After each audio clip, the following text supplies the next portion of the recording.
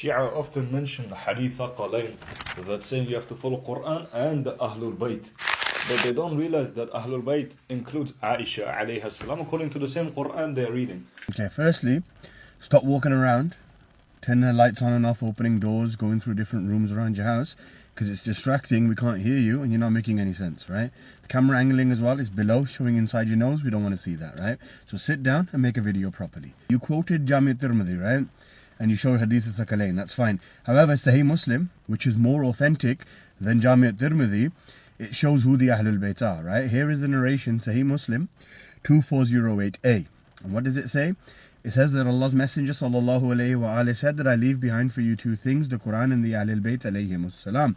And then if you carry on reading and look at these highlighted parts, it says who are the members of his household? Aren't his wives the members of his family? So here the wives are being addressed by being questioned. Are they the Ahlulbayt? Then what does it say? They are those, the Ahlulbayt are who? They are those for whom acceptance of zakat is forbidden, right? Wives accepted zakat, Ahlul Bayt don't. He asked, who are they? Right, so direct question, who are they?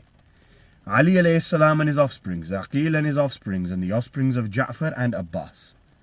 Is Aisha an offspring of Ali, Ja'far, Abbas or Aqil? No. So where is Aisha or any of the other wives mentioned here? They're not, right? And the worst thing is you guys keep saying Aisha. What about the other wives of the Prophet? He had multiple wives. You don't want to mention them. It's always Aisha's this, Aisha's that. They're also Ummahat al-Mu'mineen, right? So if you're going to include the wives into the Ahlul Bayt alayhimus salam, at least try to mention all the wives and not just exclude Aisha out as if she was the only wife of the Prophet sallallahu alayhi wa alayhi.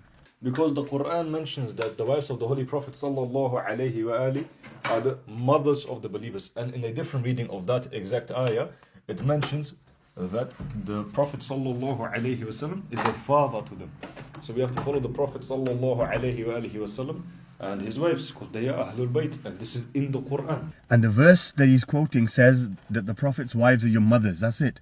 He's trying to deduce that Quran said Ummahat al-Mu'mineen, therefore they're Ahlul Bayt. How does that work? Right? You can't just say just because they are the wives of the Prophet, all of a sudden they're Ahlul Bayt. That verse does not say the wives of the Ahlul Bayt. Ahlul Bayt is Aisha alayha salam, and all of the other wives and the Holy Prophet sallallahu alayhi wasallam, and all of the believers, because he is the father of the believers according to that ayah, Surah Al-Ahzab, ayah 6 or 7 I believe it was. Furthermore in Surah Al-Ahzab, ayah 41, when it says ما كان محمد أبا أحد من رجالكم ولكن رسول الله وخاتم النبيين وكان الله بكل شيء عليما. That ayah, one of the understandings is that he is the father of the Anbiya alayhimus salam. So Ahlul Bayt includes all of the believers. And now this Jahil has taken it one step further and he's gone, all the believers are Ahlul Bayt.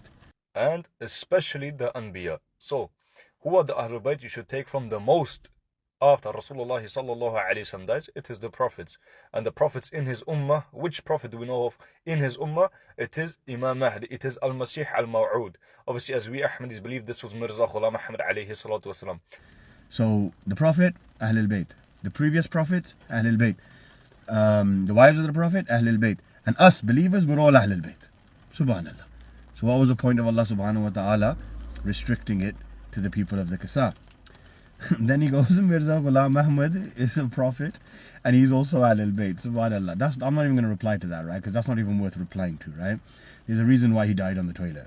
Anyway, now let's break down the verse of purification, Ayat al-Tathir 33:33. Before the verse, before the actual part where Allah subhanahu wa ta'ala says Innama, the verse is addressing the wives. Yes, we agree and accept that. Why? Because it's using a feminine plural. For example, Buyutikunna, right? Kunna is a feminine plural. When the verse of purification begins from the word Innama, there's a shift in grammar to the masculine plural. Allah subhanahu wa ta'ala says, Innama yuridullah liyudhiba ankum, not ankunna. And then he says, وَيُطَهِرَ kum tathira. He doesn't say وَيُطَهِرَ kunna tathira, right? So that shows the shift of patterns in terms of feminine to masculine. Then we have Hadith al-Kisa, which is a narration that has been reported in Sunni and Shia sources, where the Prophet ﷺ addressing Ali, Fatima, Hassan and Hussein alayhimus salam within the cloak said, Allahumma inna ha'ulahi ahli bayti. Oh Allah, these are my Ahlul Bayt. So there you go. The Prophet's restricted it to those in the cloak. Salima, wife of the Prophet, asked, am I among the Ahlul Bayt? Can I enter the cloak? Ata'adhanu li ya Rasulullah? The Prophet replies back, Anti bi khayr, you're upon goodness. But then he says, you are not among them. So the Prophet is stopping a wife from entering the cloak and also saying, you are not among the Ahlulbayt. And this Hadith al-Kisa Salima can be found in Sahih Muslim 2424, Musnad Ahmad ibn Hanbal, volume 3, page 259, Mustadrak al-Hakim, volume 3, page 147, and Jami' Tirmidhi 3787. Next, we look at Sunni commentaries of the Quran on 3333. We look at Tafsir Tabari first, where he says Ahlul Bayt are those in the Hadith of Kisa. He's saying those in the cloak are Ahlul Bayt. Those out of the cloak, not Ahlul Bayt. Suyuti in his Tafsir Durr al-Mansur limits the Ahlul Bayt to Ali, Fatima, Hassan and Hussein alayhi salam. And Ibn Kathir also reports the same. So the wives are not a part of the Ahlul Bayt. You guys have been trying for 14 centuries to try and put them in the Ahlul Bayt. They're not the Ahlul Bayt. So Mirza Ghulam Ahmad is Ahlul Bayt.